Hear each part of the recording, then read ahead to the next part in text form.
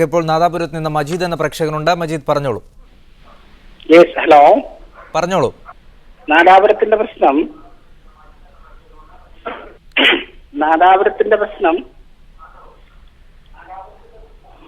ഇന്നോ ഇന്നലെയോ തുടങ്ങിയ പ്രശ്നങ്ങളല്ല.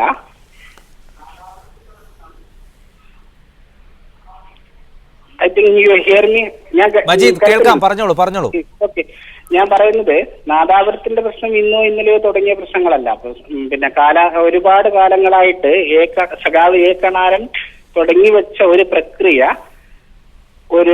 ഒരു കമ്മ്യൂണലൈസ്ഡ് ആയിട്ട് വന്നിട്ടുള്ള ഒരു പ്രക്രിയ. CPM മുസ്ലിം ലീഗ് എന്നുള്ള ഒരു ഇഷ്യൂസ് അതിനേക്കാൾ അപ്പുറത്ത് ഒരു കമ്മ്യൂണലൈസ്ഡ് ചെയ്തിട്ടുള്ള കാര്യക്രമങ്ങളാണ് അവിടെ പണ്ടേ മുതലേ നടന്നിരുന്നത്. കാരണം സാമ്പത്തികമായിട്ടും സാമൂഹ്യപരമായിട്ടും ഒരു സമുദായത്തിനെ ഇല്ലായ്മ ചെയ്യുക എന്നുള്ള ഒരു ലക്ഷ്യത്തോടു കൂടിയാണ് മുൻകാലങ്ങളിൽ നാദാപുരത്തിലെ വിഷയങ്ങൾ ഉണ്ടായിട്ടുള്ളത്.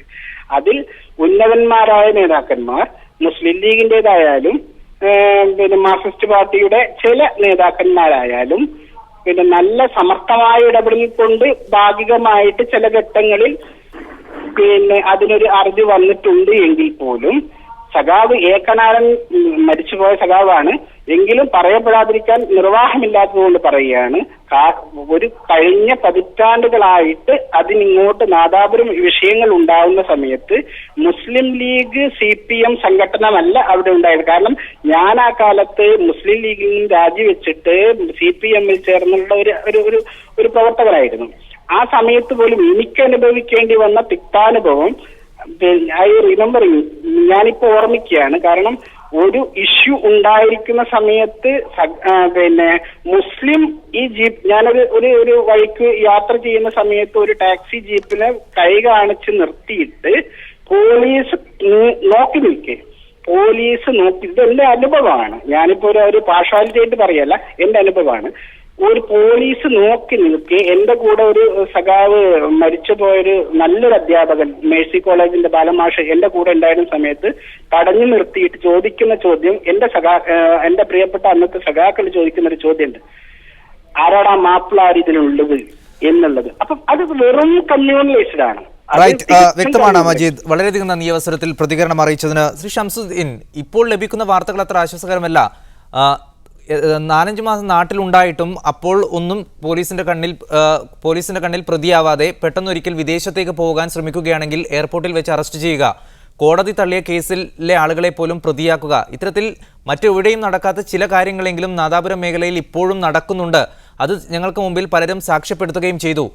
നാദാപുരം പോലെയുള്ള എല്ലാവരും സമാധാനം ആഗ്രഹിക്കുകയും അതിനുവേണ്ടി പ്രവർത്തിക്കുകയും ചെയ്യുന്ന ഒരു മേഖലയിൽ ഇത്തരം ഒറ്റപ്പെട്ട സംഭവങ്ങൾ ഉണ്ടെങ്കിൽ അത് ഇല്ലാതാക്കേണ്ടത് നമ്മുടെ അധികാരി വർഗങ്ങളുടെ ഇടപെടൽ അത്യാവശ്യം കൊണ്ട് തന്നെയല്ലേ? ആ ഇടപെടൽ നടത്താനുള്ള സമയം അതിക്രമിച്ചു കഴിഞ്ഞു എന്നല്ലേ ഈ ലഭിക്കുന്ന വാർത്തകളിൽ നിന്ന് മനസ്സിലാക്കേണ്ടത്?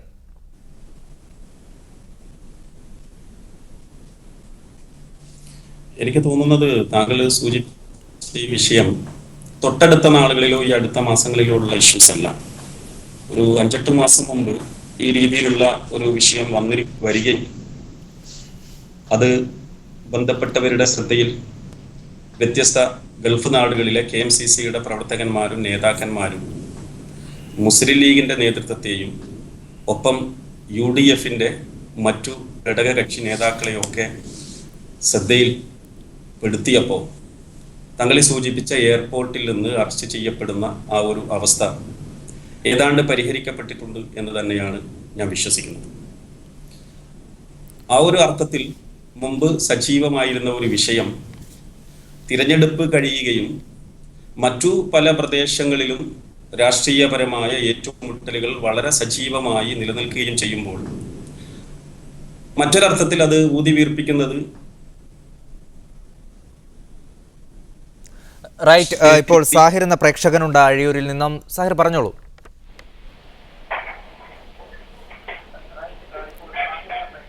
സാഹിർ കേൾക്കാമെങ്കിൽ പറഞ്ഞോളൂ. റൈറ്റ്. ശ്രീ ജാഫർ തയ്യിൽ, ഒരുപക്ഷെ നാദാപുരം പോകട്ടെ, ഏത് മേഖലയിലായാലും രാഷ്ട്രീയ സംഘർഷങ്ങളിൽ പെടുന്ന ആളുകളെ 153A പ്രകാരമുള്ള വകുപ്പുകൾ ചുമത്തുകയും അത്തരത്തിലുള്ള കേസുകൾ പെടുത്തുകയും ചെയ്യുന്നത് ഗുരുതരമായ കുറ്റമല്ലേ? ഇത്തരത്തിൽ 3 വർഷത്തോളമായി അവിടെ ഇത്തരത്തിലുള്ള ഇടപെടൽ നടക്കുന്നുണ്ട് എന്നാണ് ലഭിക്കുന്ന വാർത്തകൾ. പക്ഷേ അവിടെ ഒരു പോലീസുകാരനെതിരെ പോലും ഇതുവരെ നടപടിയെടുത്തിട്ടില്ല. പോലീസിനെതിരെ മുസ്ലിം ലീഗിന്റെ ഭാഗത്ത് നിന്നായാലും CPM-ന്റെ ഭാഗത്ത് നിന്നായാലും എല്ലാ പ്രബലമായ രാഷ്ട്രീയ പാർട്ടികളുടെ ഭാഗത്ത് നിന്നായാലും ആക്ഷേപമുണ്ട്.